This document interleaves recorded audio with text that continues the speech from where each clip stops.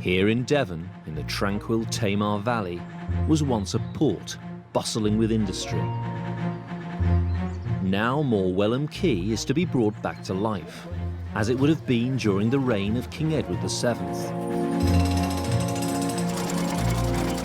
Archaeologists Alex Langlands and Peter Ginn and historian Ruth Goodman will be living the lives of Edwardian farmers for a full calendar year. That's fantastic, all hand forged. It's going to be an enormous challenge to get to grips with the skills and crafts of the early 20th century.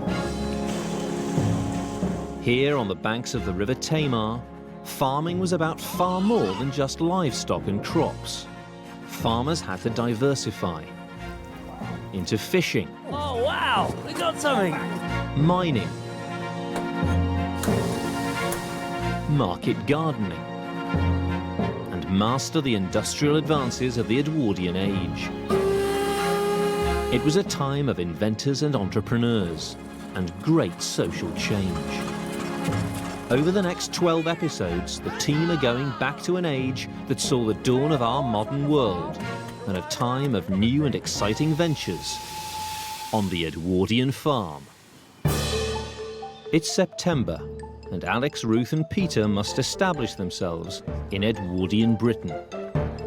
This means setting up home. Oh my goodness, can't live with it like this. The arrival of their first livestock. You've got control there, Alex. Yeah, I'd sort of. And fertilising the fields to grow crops. For this, they must make deadly quicklime. Wow. There's no going back now. A hazardous but essential job. Oh dear, this is killing me. On the Edwardian farm.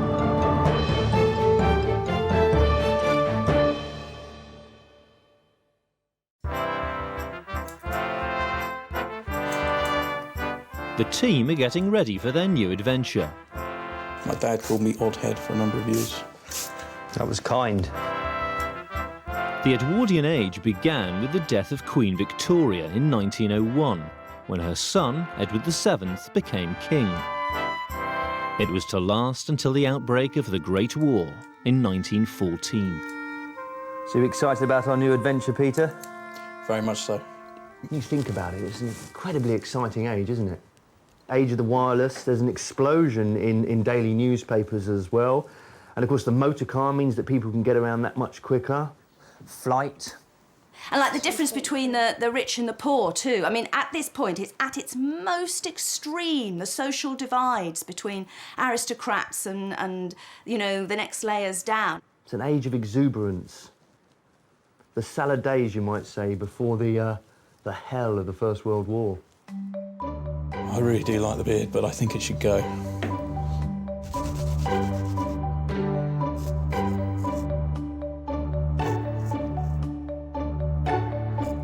I never realised how handsome you were, Peter. Thank you very much, that's fantastic. Oh, that looks really weird, doesn't it? Really different. Time to step into Edwardian Britain.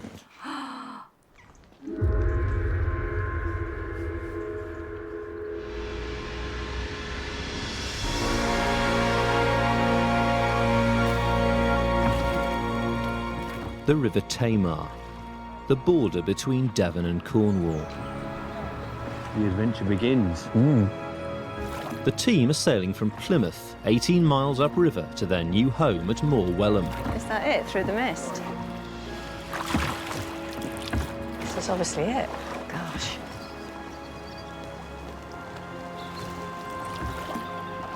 Quite eerie. Like a ghost town, isn't it? It is. Huge water wheel as well. Oh, yeah. Look at this place.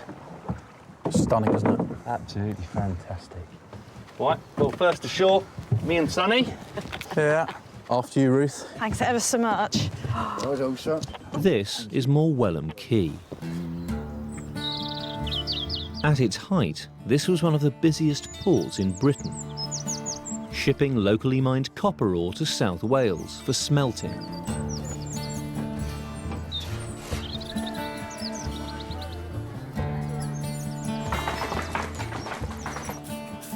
Welcome to Morwellham. Pleased to meet you. Anthony Powers will be their land agent for the year. Nice to meet you. Pleasant journey? very much so. Yes, What a thank place. you. Well, absolutely, yes, and you've arrived exactly the right way on the river, because it's the river that's so important for this place. It was a way of getting out all the minerals that are mined around here, because this is a hugely important mining district. Ships are going up and down here, carrying all sorts of goods: copper, tin, arsenic, lead, limestone, all sorts of things going up and down this river. Really heavy it's stuff. Really heavy stuff, yes. Yeah, yes, much easier yes. to do on a Yeah, river, isn't it? Absolutely, than yes. trying- Apart from all the mining, what else was going on this site? You've got a farm, of course. I mean, really to feed the industrial workforce that was in the area. And then we've got market gardening as well, just coming in, really coming on to full steam in the Edwardian period, and they're growing cherries, strawberries, daffodils. Right, okay. Sort of cash crops, really, actually. Fantastic. And would we be expected to turn our hands to a little bit of everything? I think you would. I think you would. I think it's a time where people are, maybe their traditional forms of earning a living are maybe getting slightly a bit dodgy, and so they're having to look around for other things as well. But with all these other industries aside, our core industry is going to be the farm for us. So I think Peter and I better go off and have a look at that. Have a look and see how you're I'd going to like get to on. see where we're living, actually. Right, shall we go? I think I'd rather get that sorted out first. There's a bit of work to do there, but we'll have a look, shall we?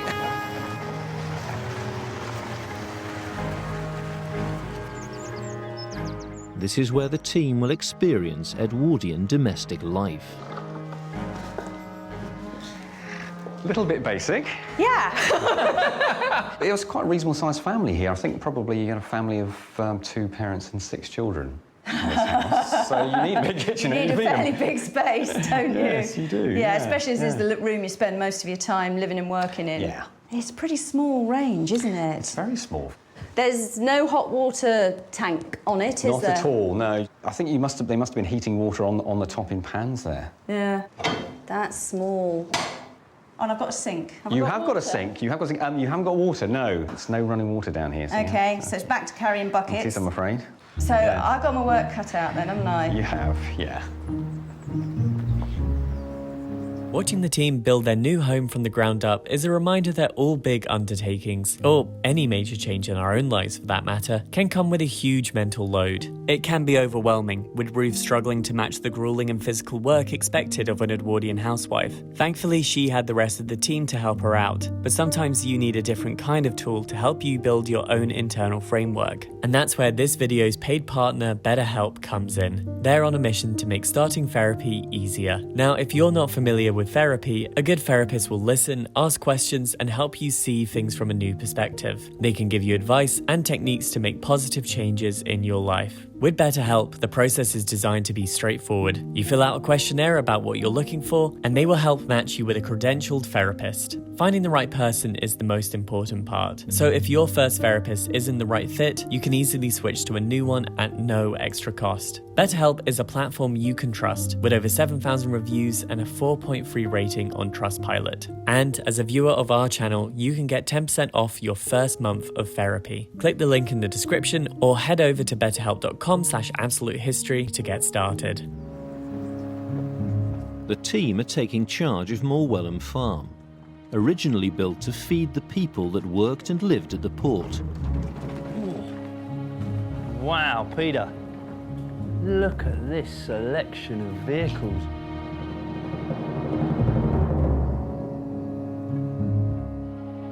God, look at this. This water wheel once powered the farm's machinery. Big, isn't it? It's clear that farming in Devon will be different from anything they've experienced before, so they'll need local knowledge. They're calling on someone with a lifetime's farming experience, Mr. Francis Mudge. The Mudge family have farmed the land here in Devon for generations. So this is going to be our farm for the year then? Yeah, you don't look around to see the coast. The most pressing concern is working out what crops to grow. Do you think this will make a good arable field, Mr. Mudge? Oh yeah, this one is not too bad really for that sort of thing. To any crop in here, from corn, potatoes, kale, Right, mangoes, anything you like, you know. right. We were thinking of putting in a grain, either a barley or an oats, and maybe a crop of potatoes. Basically, one to thrash and one to mash. You would be better to till oats really, because You can feed your horses and that with oats, and what's left over you give your cattle and things like that. So we're looking for some oats then as our cereal crop. Yep. Peter and I are both thinking about potatoes because it was a bit of a cash crop in the period. So what about potatoes? Well, yeah, you tell a few potatoes that they would grow well here, like, you know, and provided you kept you'd have to keep your lime up. In Devon, Edwardian farmers applied alkaline quicklime to their fields. This neutralised the acidity of the soil caused by the granite bedrock of neighbouring Dartmoor. I mean, if we decided to kind of shortcut this and not lime the fields, what would happen to the crops? You only have half a crop. You wouldn't have a very good crop. How much lime do you think we'll need for this field? Well, I always say you will put about 2 tons of the acre on it now. Right, well, we're probably looking at up to about 10 tonne here if we go for the whole field, but I don't know, anywhere between 5 and 6 tonne maybe if we do 2/3, half. You do all that, and you should have good luck with your crops and everything else, like, you know. OK then, we'll get to it then. Find ourselves some lime, Peter. Yeah. This is a huge challenge. To successfully grow crops, Alex and Peter must find a way of making 10 tonnes of quicklime fertilizer. At the cottage, Ruth's already busy. The Edwardian way of scrubbing the floor is quite precise. Instead of just sploshing water everywhere, you work square by square. So each square is scrubbed wet and dried off, rinsed and re-scrubbed and dried off before you move on to the next square. God, it's been a while since this was done. Look at the filth coming off. What it means is that I can maintain me and my clothes reasonably clean, because it means I'm not swimming about, kneeling down in a whole load of water all the time.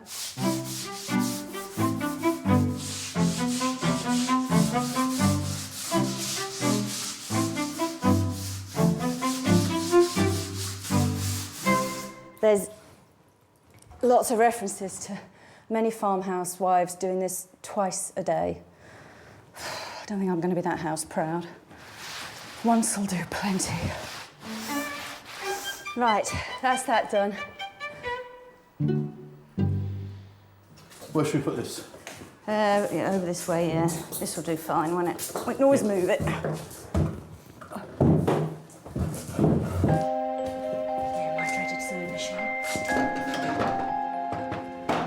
Ha-ha! All the pretty stuff goes on here. I'm really pleased with this.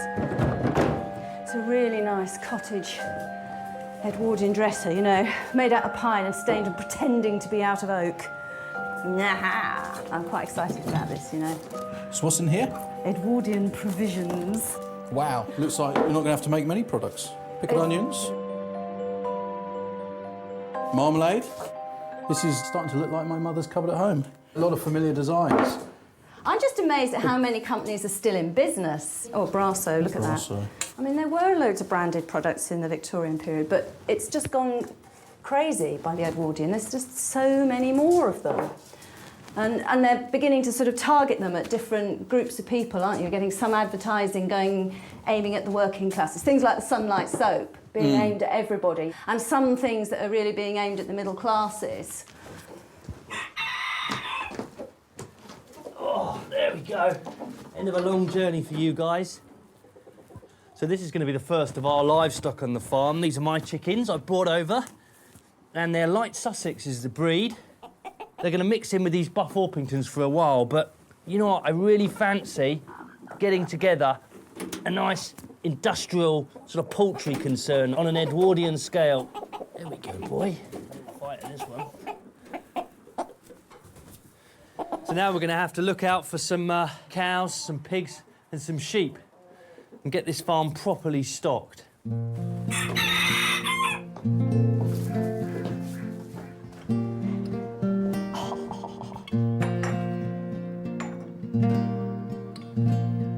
Well, this is home for a year. It's looking nice. Yeah, it is, isn't it?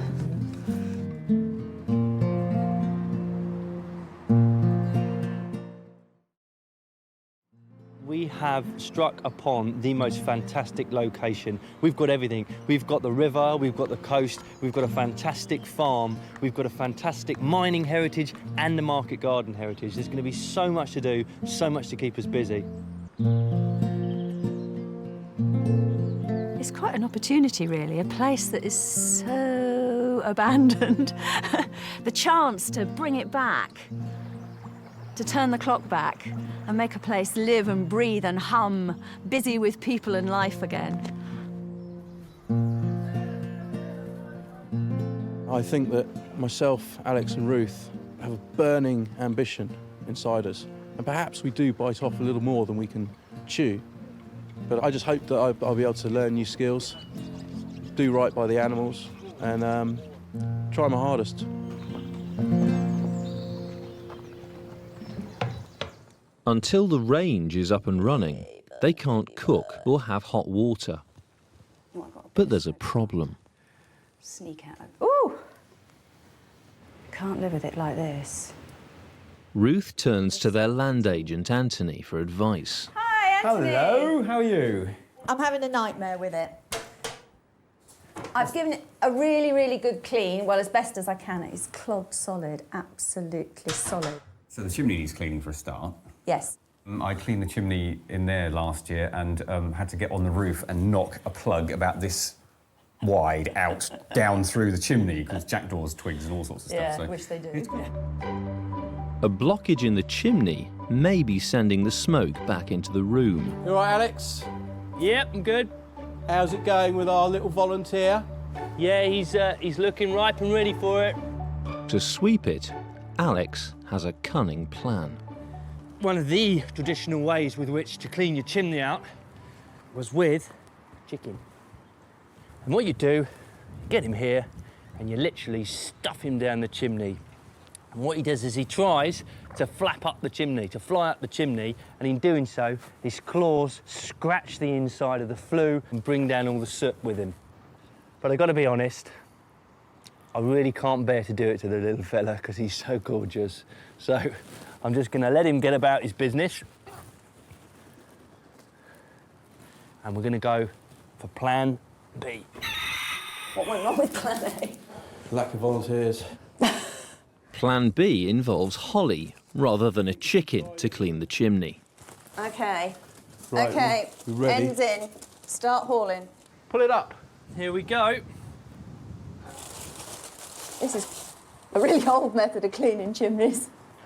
Goes back to the medieval period. Stuff a holly bush down. There's loads coming down just as you pull it up. Don't pull him off. I'm not pulling him off. Yeah.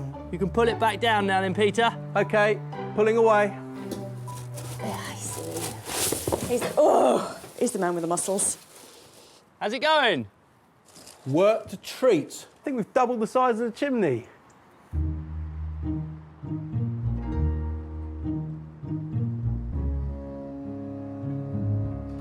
At the farm, the most pressing concern is neutralising the acidic soil with quicklime. 10 tons of it.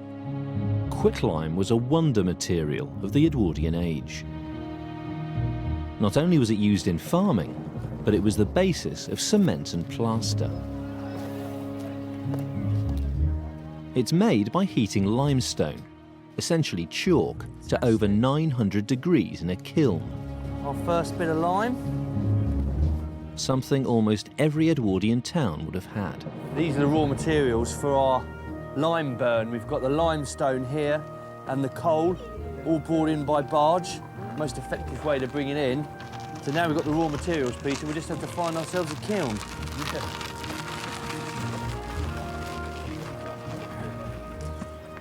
So here's our lime kiln then. Anthony's brought the boys to the kilns at Morwellham Quay. It's one of two, and they actually probably were being used up until the Edwardian period. Limestone brought up from quarries from Orreston on the outskirts of Plymouth, all built over now, and coal from South Wales. And to make quicklime, which is what you need for your fields, you basically burn layers of limestone with coal, right. And it converts the limestone into this stuff called quicklime, the lump lime, quite small pieces, which you can then pull out from the bottom, and that's what you then spread on your fields. Well, Mr. Mudge reckons we need approximately 10 tons of lump lime to go on our fields. Well, do we need to measure it and find out exactly how much this is going to make then? I think we should. Because we could end up with heaps of it all over the place and goodness knows what we're going to do with it then. Rather than a little bit extra. Yes, yes. At the cottage, it's the moment of truth. Here we go.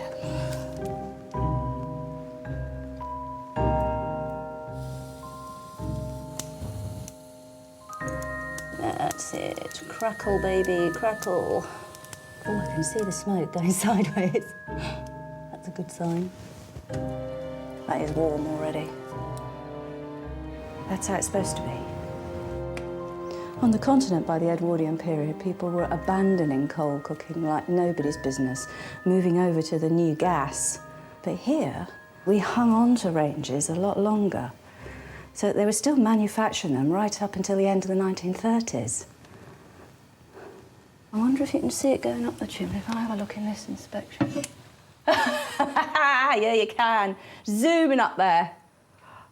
Look at the drawer on that. Measuring the kiln is proving to be a mathematical challenge. 5 times 5 is 25. Yeah. Times by pi, what's pi? 3.14? Make it 3. Okay, 75. Times that by the depth. How are we going to work out the depth? If you hold one end and abseil down... So, 20 times 75, that's 2 times 750. 1,500. That's cubic feet. How many tons is that? I've no idea. That's over 50 tons of quicklime. They need just 10. It's highly caustic stuff, Peter. A ton of it is bad enough, and you want 50 tons of it. Okay, okay.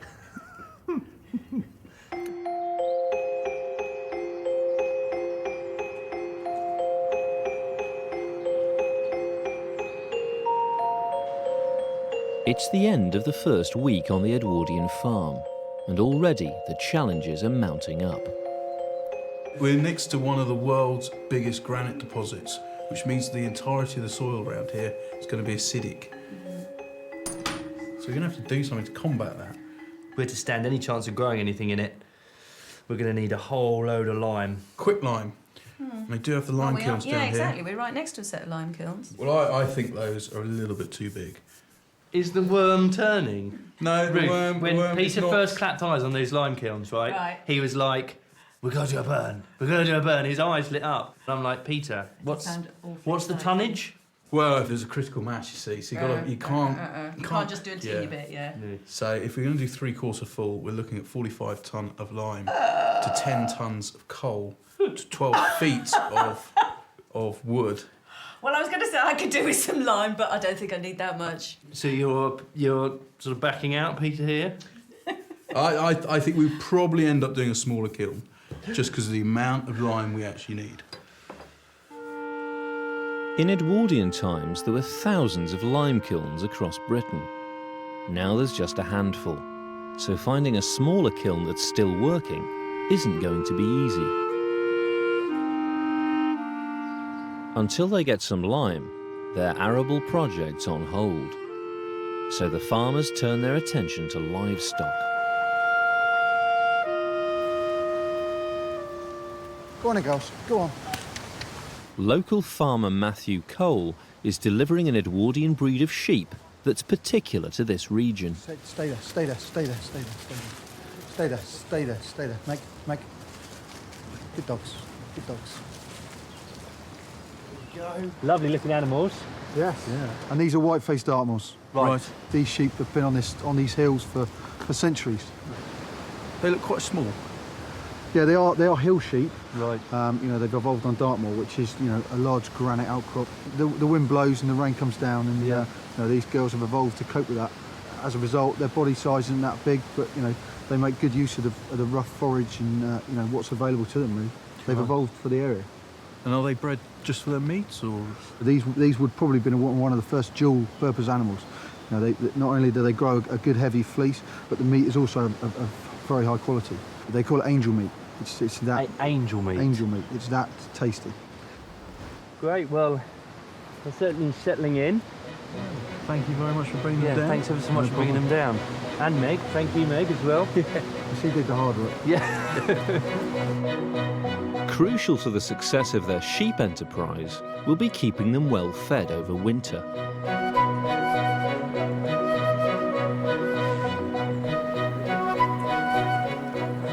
In Edwardian times, this river was the only way to deliver heavy cargo into Morwellum, deep in the Tamar Valley.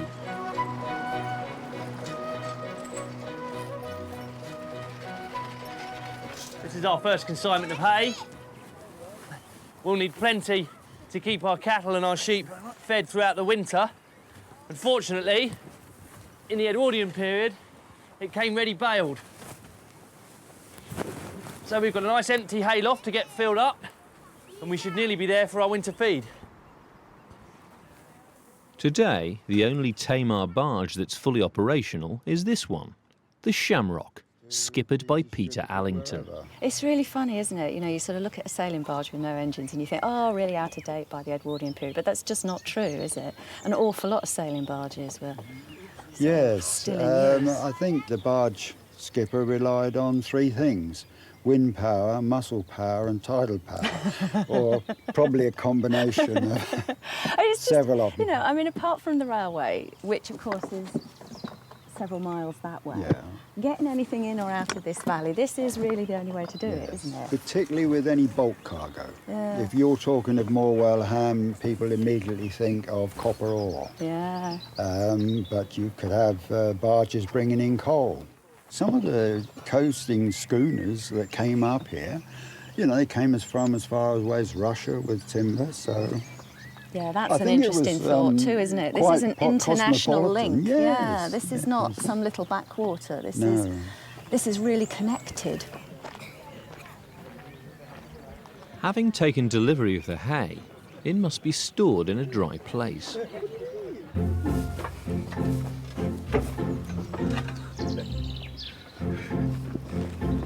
Climb up there, mate. Right, you ready for this? Yeah. Right, here we go. Lovely job. It seemed a lot coming off the boat, but now we've got it here. Doesn't seem that much. This isn't going to last us, though, is it, Peter?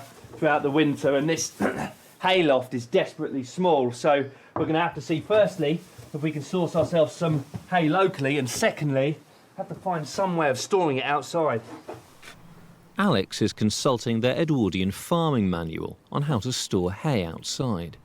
It recommends building a hay rick. So we've managed to acquire the most up-to-date version of the Book of the Farm to help us through the year. And I'm just looking at some of the hay ricks, or hay stacks as it's called here. I'm quite interested in the shape of this one, which is very much what we're trying to achieve. To keep the hay dry, it advises that the rick is thatched. Luckily we found these old timbers, Peter. Yeah, they'll do just the job for our rack, with which to build a rick. But rain's not the only obstacle they have to overcome. There's also vermin. The solution is to build it off the ground, on staddle stones. The design of this stone, and this goes back hundreds of years, is so designed essentially so that rats, they climb up to here to get into your corn, and of course they just can't get over the edge. Okay, so it stops vermin, at least mammals anyway, getting into your corn. The boys have bought some more hay from a local farm. They need to build the rick before the wet weather sets in. Well, we better start getting this on the rick.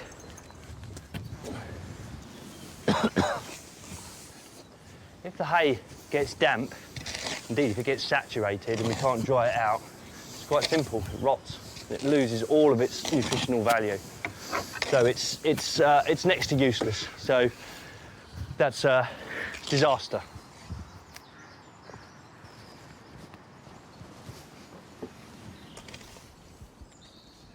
This is going to be like the best part of a week's work, if not more. Yeah, but it's going to feed our livestock for how long? Several months? It's going to be worth it in the end, Alex. As well as hay, the livestock will also need grain. In Devon, farmers would have used granite troughs to keep the feed off the ground and prevent it being contaminated. by animal excrement. In Edwardian times, they were hand-carved by the inmates of Dartmoor prison. Peter's come to see stonemason Ian Piper at a quarry on Bodmin Moor. Hello, Peter. Hi, Ian. How are you? Nice to meet you. You too. You too. Keeping all right? Very well, thank you. The first job is to choose a suitable piece of granite. I mean, you didn't want it too large, did you? No, not too large. So I mean, what we're going to have to do, we're going to have to Cut it that way. cut it down through there. So we're going to drill holes right around there and down that side and split it down. Ian's using an Edwardian pneumatic crane to lift the granite block from the quarry. It's a tense moment. This crane hasn't been used in half a century.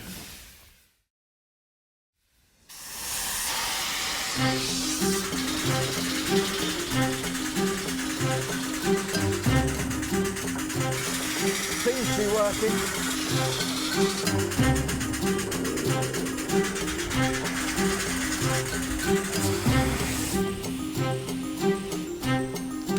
Now the stone must be cut down to size. And this is one of the hardest rocks in the world, and it is one of the most amazing building materials. But there is a grain in it, so you can't just chop it any way. It's going to be quite interesting to see how they do this. Granite is cut by drilling a series of holes by hand. This is the hand drill. This is the hand drill. Right. You think that's all they had to do it with? Like they had to drill holes around like that by hand. How far does that have to go in? You want to go down about 3.5, 4 inches. 3.5, 4 inches. It's a fair old way. Yeah. Imagine coming to work and having to do that all day long. Yeah, I know. There's chaps doing that all day long. Yeah, hard life. They were hard men, there's no doubt about it. I reckon you should give them a break. It's time for Peter to try his hand at drilling granite.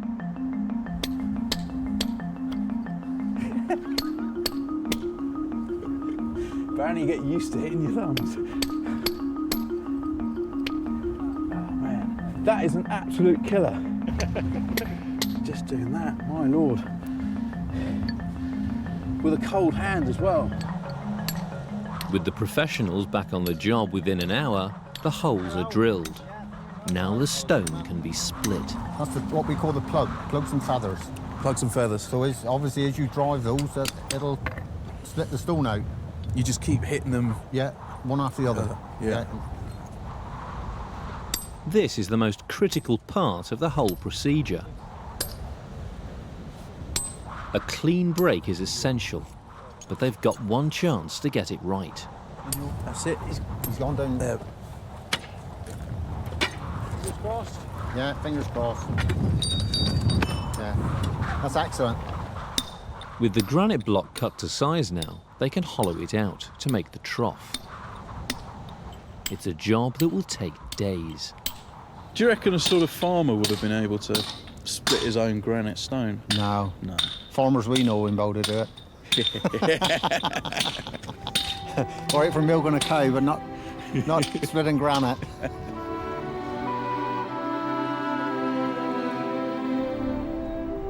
It's mid-September. Alex and Peter hope they've stored enough hay to feed the livestock. They must ensure it's kept dry all winter.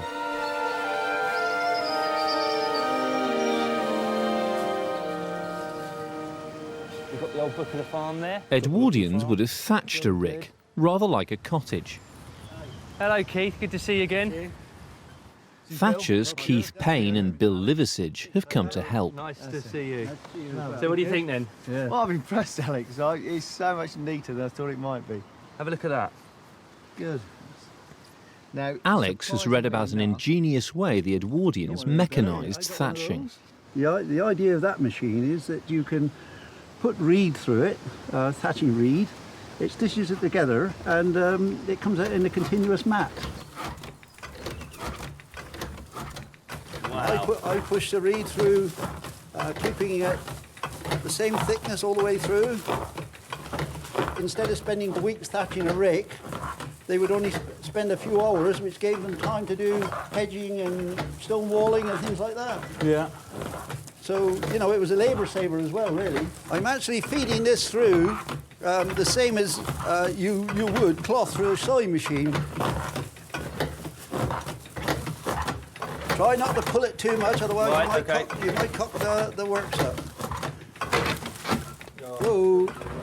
Oh dear, Bill, sorry. I've just taken my eye off the ball here a second and we've dropped a stitch. Well, you really have got to concentrate on what you're about, man. Otherwise, if this comes undone on the rick, we're going to have a wet spot on the rick. So yeah, if you could pay attention a bit more. And I'm sorry, Bill. Stop looking around. There you are. In she That's goes. good as new. I reckon to be quicker to thatch it in the old traditional way, employ you two doing it with this thatch mat making machine.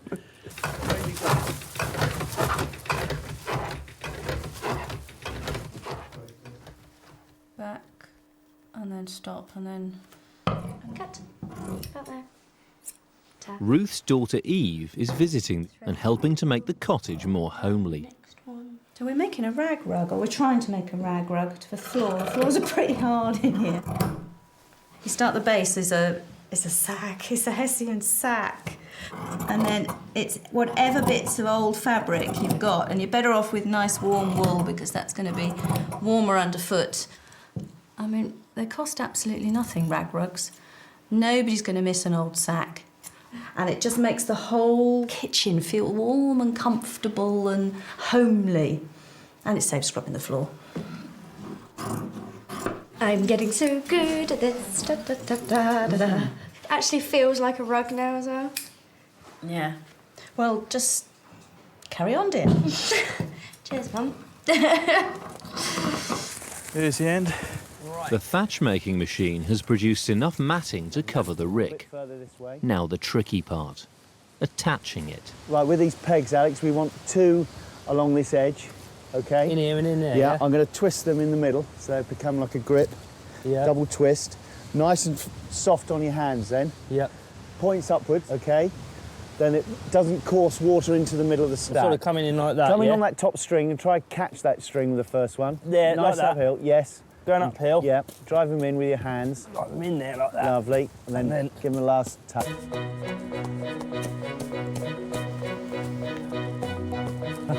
Oh, look at that, no hands. Traditionally, this rick would have been thatched by lashing bundles of straw to the roof, a process that would have taken 6 hours. Last few fixings. Using the machine-made mats takes just 40 minutes. Oh, there we go. One waterproof rick. Good job. Well, lads, you've done an excellent job. I'm sure it'll be waterproof. Well, let's hope so. Just one little thing that I think you ought to be wary of when you uncover it and feed it to the animals in the winter. Right. Just be aware of the spores, the white spores that come out, because it will give you a thing called farmer's lung, right, and it will give you breathing problems in the future. So right, I would suggest that when you uncover it, you do wear a mask. But other than that, I'm sure it will stay nice and dry, and the animals will appreciate it in the winter, the hard work you put into it.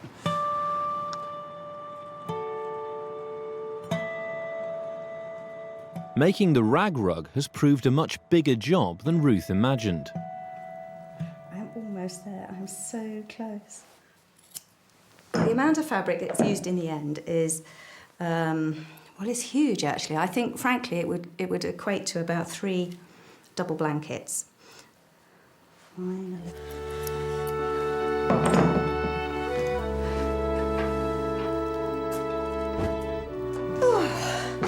There we go. My rag rug. When it does eventually wear out, a thing that's made from scraps and other people's rubbish will go on the compost heap and be useful yet again.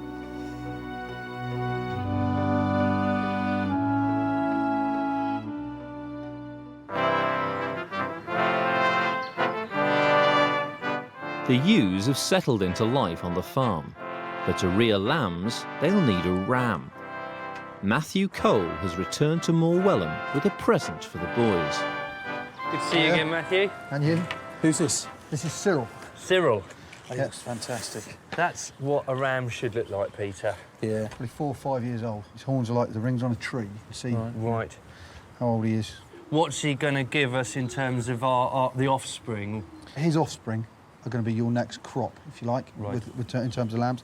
So you're looking for a good broad body right back through, and you're looking for, back through here, you've got all your chops. Yeah. You've got your 2 shoulders, you want plenty of meat there. Yep. And then you've got your 2 expensive legs, your legs of Right. lamb at the back. That really is the sort of money That's end, the isn't money it? end. In order to tell the thickness of the skin on a sheep, which tells you how hard he is, you just feel his ear and you feel how thick it is. That's proper leathery, proper thick. The thickness of that ear, basically, that's going to tell you how thick the skin is. That's right. And that'll give you a representation of how hard, well he's going to resist the weather. Well, I think he's quite eager by the looks of it. Yes, so he is. Yeah, he's soon we making get my him out. arms ache. OK, let's get him out there. You've got control there, Alex. Yeah, I'd sort of. Just hold him there. Don't let the dog see the rabbit. Ready to send him Nice in? time. OK, then. Go on, chap. Go on, Cyril. There we are. There's no messing, is there? Oh, no. Well, there we go. You'll notice him walk round behind him. If she stands still, Yeah. it's game on. Doesn't look as if any of them are actually ready at the moment. They might be a bit camera shy. They might be, yeah. All right, Matthew. Well, thanks ever so much for bringing Cyril down. No problem at all. We'll keep you posted on developments. Yeah, well, I look forward to see how he gets on. It'd be nice to see his offspring.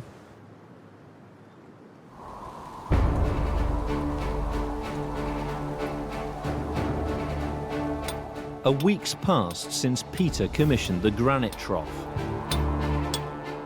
He's returning to the quarry to see how they've got on. Is it taking a long time? A lot of work? About week. Right. Week and a half. Fair old time. Yeah. Yeah. So you're talking a lot of hours gone into it. Yeah. That is a work of art. 1, 2, 3. Now Alex and Peter can deliver it to their flock of sheep. Yeah, I think you've got the short straw here. Well, anything but lift it, mate. Wait.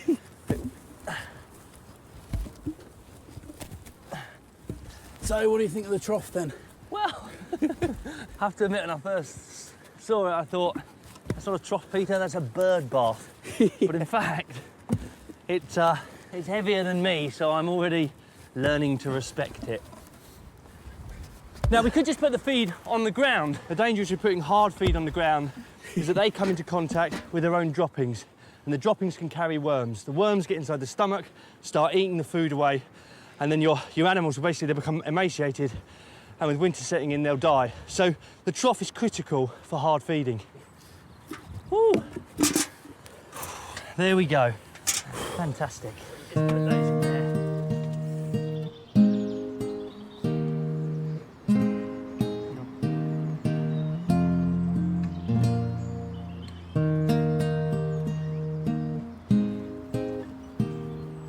At first I was really sceptical about Peter's granite trough endeavours, but I have to admit it's the ideal trough to feed your animals from the field. It's heavy weight, so they're not going to knock it over. It's going to be there for decades. So yeah, all in all, I think that was a good idea.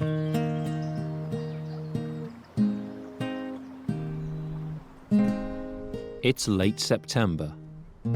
After a long search, Alex and Peter have found a smaller lime kiln that should produce the 10 tons of quicklime they need. Colin Richards is a quicklime expert and will supervise the burn. So this is it, yeah? This is it. I think this is far more manageable. In this kiln, limestone will be heated to 900 degrees. Easy to fire, so hopefully at the end of the 4 days here, you'll have some lime to be able to use on your project. Fantastic. Stafford Holmes helped restore the kiln and will be in charge of loading it. Well, these are certainly in much better condition, these kilns, than the ones we've got down in Morwellham. Well, they should be. They've been very carefully repaired. When were these kilns in operation? The last time they were burnt continuously was probably around the 1950s. So this is limestone, and we need to turn this into quicklime. That's right. And how do we do that? We apply heat to it, basically, and that involves, with this kiln, creating a fire at the bottom, which we start with wood, then we put a layer of coal, and then layers of limestone, layers of coal, right up to the top of the kiln. Well, I suppose the fumes are toxic coming out the top. That's right, yes. It's something which, you know, you have to respect. The whole process, you know, involves a lot of chemistry, but the reality is it's a very caustic material. It can burn your skin. So we've got to be very sensible about the way we go about this. It's Peter's job to ensure the critical first layer of limestone is spread evenly. Right. Watch yourself.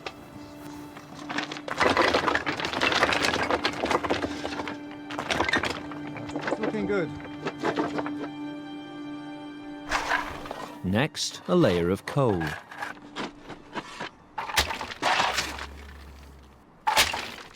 Then another layer of limestone.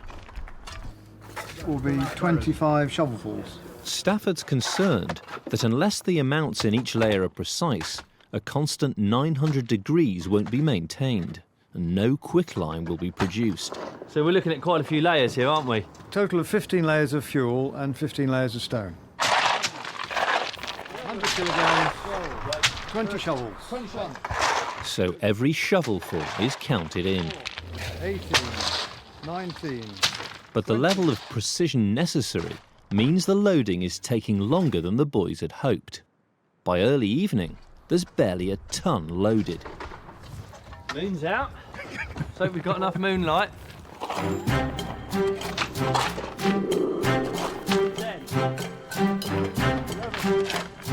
It's late, and the kiln's barely half full.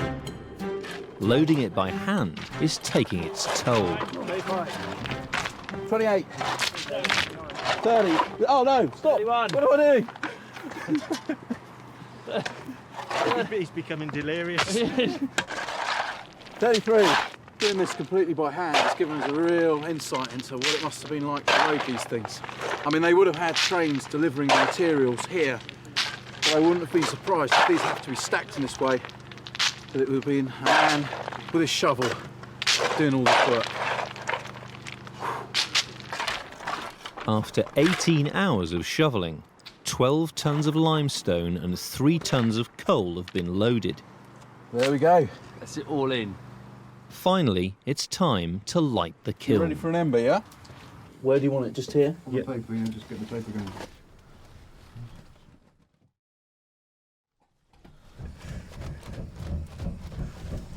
It's getting exciting here.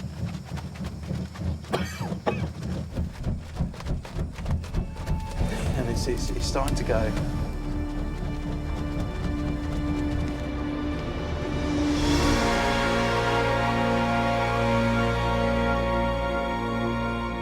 Gases produced by burning limestone include the deadly carbon monoxide. Wow. There's no going back now. It's as if somebody down below is stoking some... hellfire. Yeah, some hellfire, some mysterious brew, really, isn't it? During the 19th and early part of the century, when there was a lot of rural poverty around, people who were on the road would come and sort of sleep around the kilns. And if the carbon monoxide rendered them unconscious and they turned over, rolled into the furnace, there was no way back. They were roasted alive. Now they must take it in turns to keep watch on the lime kiln for 3 days and 3 nights.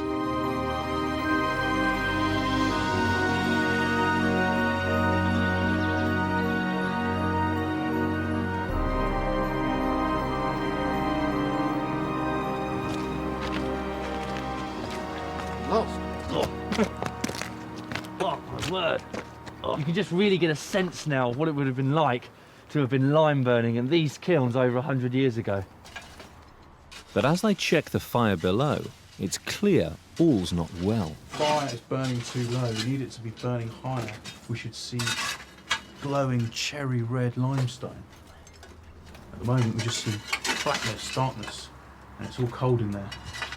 They need to get as much air into the kiln as possible to make it burn hotter. If the fire goes out now, it would be disastrous. Back at Morwellham Quay, Ruth's cooking up a treat for their return. Sheep's head stew. This is one of the most gruesome things I've ever had to do. Now, the recipe I'm using comes from this fantastic little booklet called The Best Way. The cheapest cookery book in the world, it says. After preparing the head in the usual way, put it in a stew pan with the tongue and cover with the water.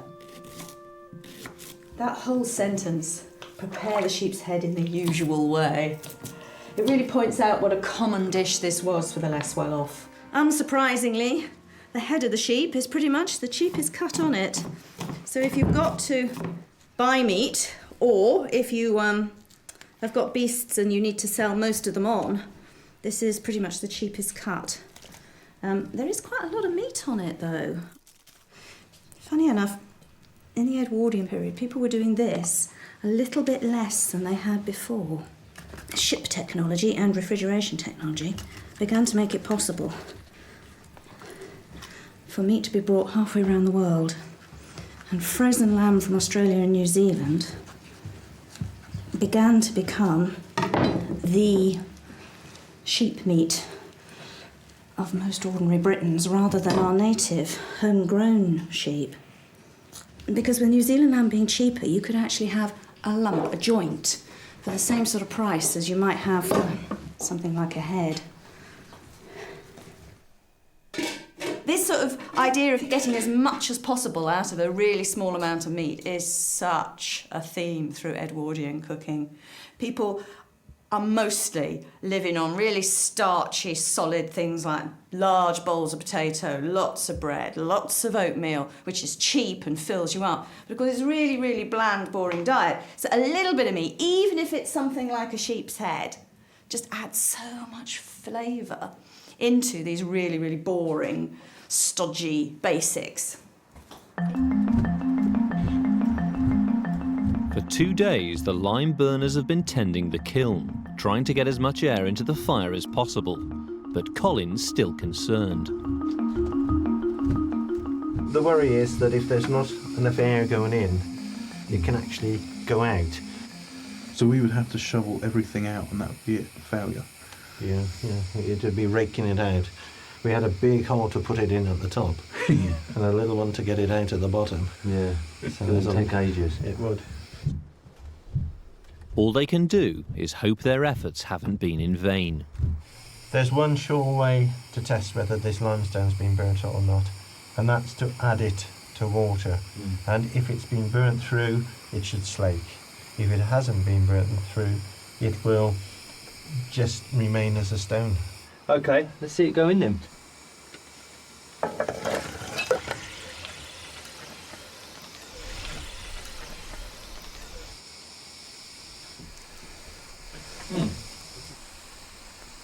Not a lot going on there, is there?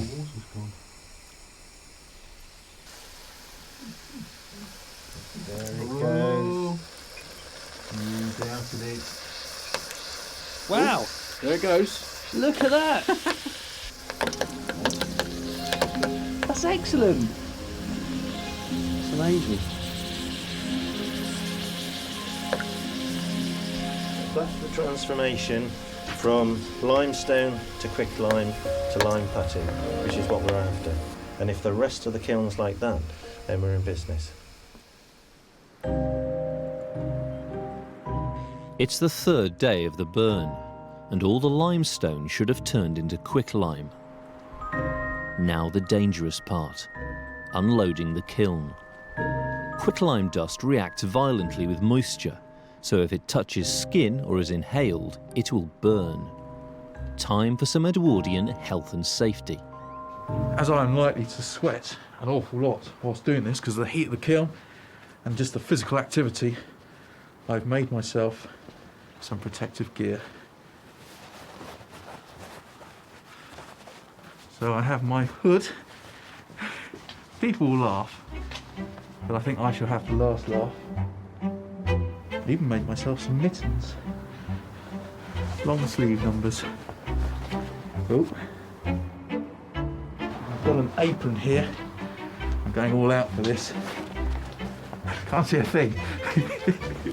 Last thing, goggles. I say goggles, they're more like shades. There we go. I'm ready to deal with a quick line. Let me take these off so I can see. You look like a giant teddy bear. Right, well, with all that gear then, I suppose you should be the one that's right in at the stoke hole, yeah? Yeah, the coal face. The burn should have produced 10 tons of quicklime, all of which must be unloaded by hand. This truly is an awful job. The mesh is used to separate the quality quicklime from the spoil. Ah, this is killing me. Probably quite literally. Right. So here we go, it's the final process of the day. This highly caustic substance is going into our barrel, and then we can get this back to the farm, but it's an absolute joy to have got so far. Here we have it, caustic lime. It's what we came for, and it's what we're going to come away with. After 3 days of back-breaking work, they've produced 10 tons of quicklime. Now they must get it onto the field. Steady, boy.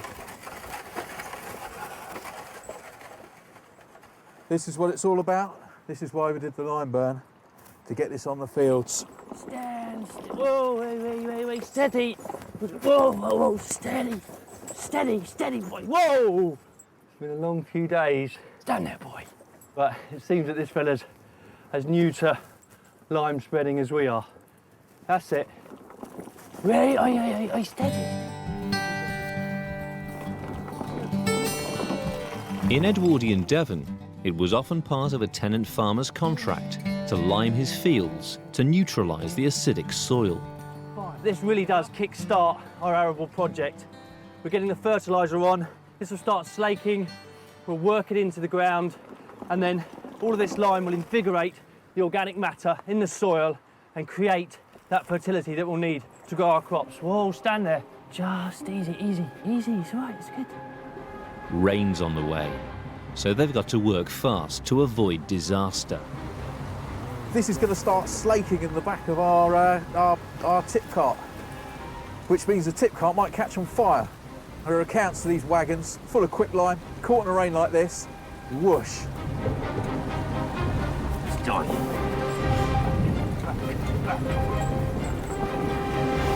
Okay, last one? Yeah.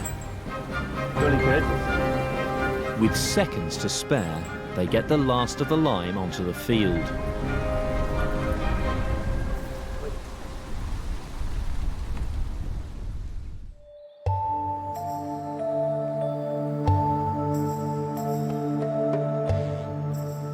The exhausted boys have returned to the cottage.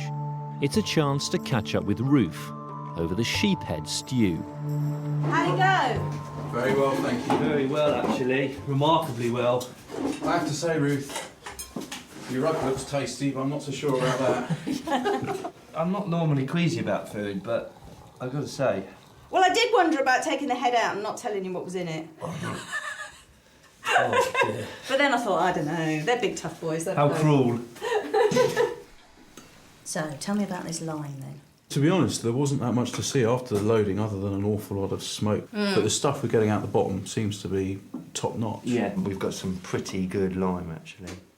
So you pleased to have the cottage up and running now? Oh, I certainly am. It's marvellous when we get on with things. It certainly looks a lot more homely than it did the first time we stepped in here. Yeah, it does, doesn't it? Nice and warm as well, actually. That range is really kicking out. Yeah, I can feel that there. I can feel that heat there on my hand. It's pretty good. I sort of feel now, you know, a month under our belts, it's all ready to start, isn't it? We've got all sorts of enterprises we've got to start kicking off. I mean, one of the big things, certainly in the Edwardian period, was this market garden. So we've really got to get our heads around that and how we're going to approach that in the coming months. Cheers. So we've got our rick, we've got all our hay there. You know, we are ready to start getting some more livestock in, and we're kind of prepped for winter, almost. Well, we've got the team all assembled, so Edwardian Britain, here we come. Yeah, it's great to be back in the saddle. Well, it's all here. It's just a case of bringing it back to life.